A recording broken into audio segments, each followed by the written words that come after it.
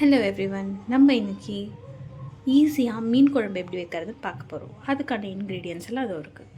சின்ன வெங்காயம் ஒரு கையளவுக்கு, ஒரு தக்காளி, கருவேப்பிலை 2 கொத்து, பச்சை மிளகா, புளி கரைச்சி வச்ச தண்ணி, இஞ்சி பூண்டு பேஸ்ட், தேங்காய் பால், மீன். நான் இதை ஆல்ரெடி மேரினேட் பண்ணி வச்சுருக்கேன். கொஞ்சம் curd, ginger garlic paste, salt, மிளகாத்தூள் இதெல்லாம் போட்டு மிக்ஸ் பண்ணி ரெடி பண்ணி வச்சுருக்கேன். இப்போ நம்ம இதோட செய்கிற ப்ரொசீஜர் பார்க்கலாம். ஒரு அடி கனமான இருக்க பாத்திரம் சூடானதுக்கப்புறம் நல்லெண்ணெய் ஒரு 2 கரண்டி. இது நல்லெண்ணெயில் இல்லை தேங்காய் எண்ணெயில் செஞ்சால் நல்லா ருசியாக இருக்கும். நல்லெண்ணெய் சூடாகி வரும்போது வெந்தயம்,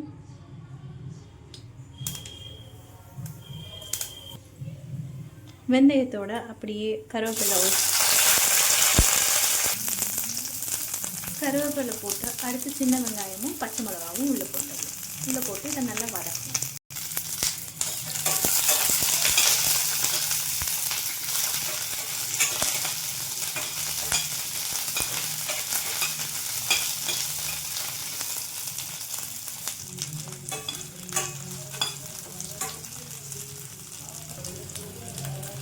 இதில் கொஞ்சம் இஞ்சி பூண்டு பேஸ்ட்,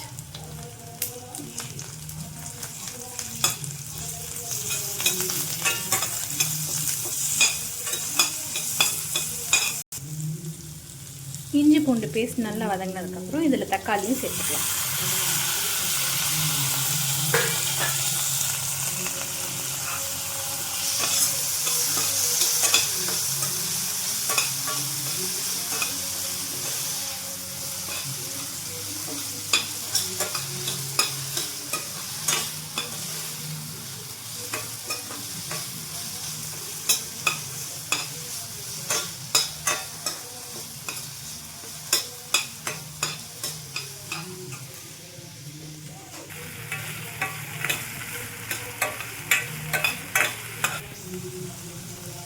இப்போ இதில் புளி கரைச்சி வச்ச தண்ணி ஊற்றிக்கலாம்.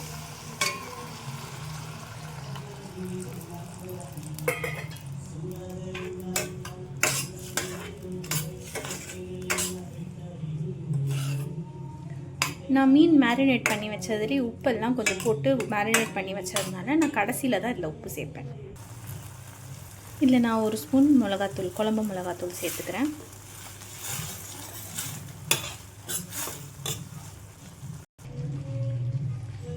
இதில் நான் இப்போது இந்த புளி தண்ணியை ஆட் பண்ணி புளி தண்ணி கொதிச்சதும் மீனை சேர்த்துக்கிட்டேன். தேவையான அளவுக்கு உப்பு,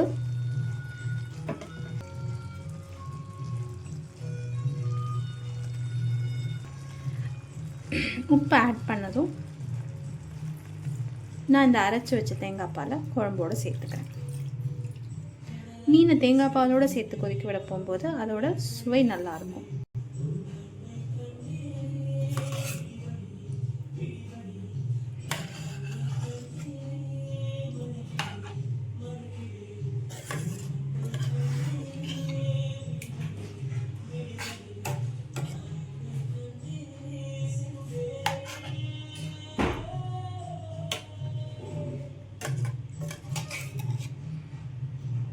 இப்போ இதை நல்லா கொதிச்சு வர வரைக்கும் மூடி வைக்கணும்.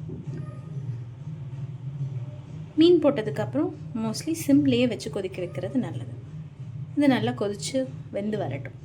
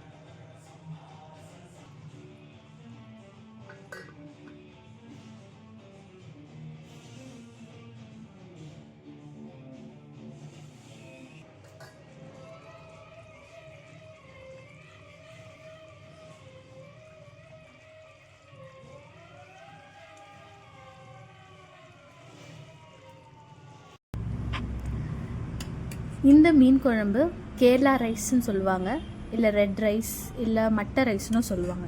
இது கூட சேர்த்து சாப்பிட போகும்போது நல்ல டேஸ்ட்டாக இருக்கும். ட்ரை பண்ணி பாருங்கள். ட்ரை பண்ணிவிட்டு எப்படி இருக்குதுன்னு கண்டிப்பாக சொல்லணும். Like and subscribe to our channel. Thank you. See you in the next video.